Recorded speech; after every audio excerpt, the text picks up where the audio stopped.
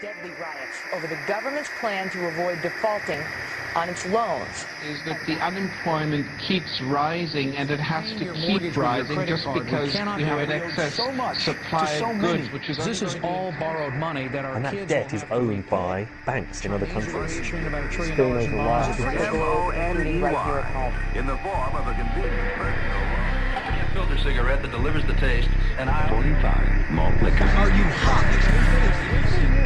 planning to bomb Iran. Launching terror attacks in Iran. And there's army strong.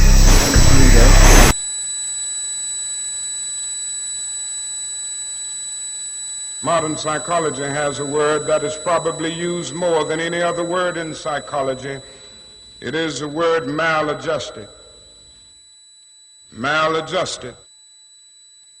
I would like to say to you today that there are some things in our society and some things in our world for which I'm proud to be maladjusted.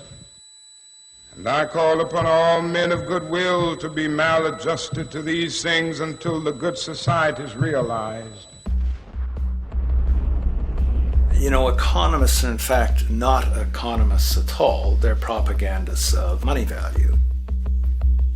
This system is more wasteful than all the other existing systems in the history of the planet. So you're really dealing with not an economic system, but I would go so far as to say an anti-economic system.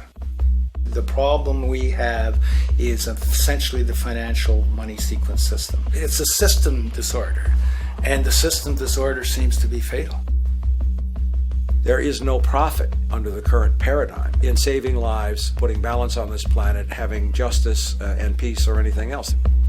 Disease supports medicine. It supports doctors and hospitals. But if you really were able to eliminate most diseases, you would eliminate professions as well.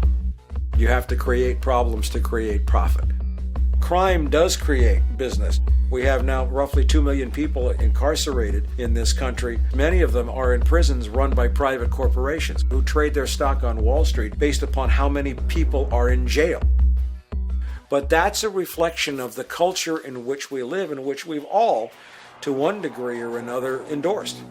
I think the biggest barrier would be the values that people are taught to uphold that system. At the social level of life organization, it isn't a genetic program or a genetic defect. It's a value system disorder. What you have to understand is that the intellectual culture of a society actually reflects the power interests in that society, the dominant perspective. In the past, throughout almost all of human history, the main threat to human survival was nature. Today it is culture.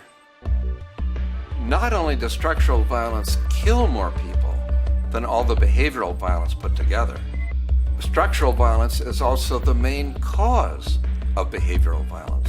Some colleagues at Harvard studying this suggested that inequality acted as a social pollutant because it affects almost everyone in society. The immune system cannot recognize the invasive cancer, and it takes over the whole body until the body collapses. And we're in that spasming, collapsing form now. So the system has to be corrected, not print more money and give it to banks. That doesn't deal with the problem.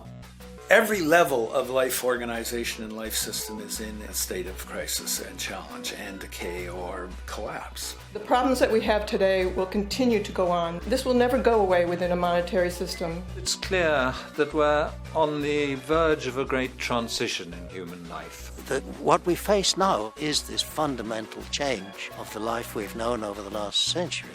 There has to be a link between the economy and the resources of this planet, the resources being, of course, all animal and plant life, the health of the oceans and everything else.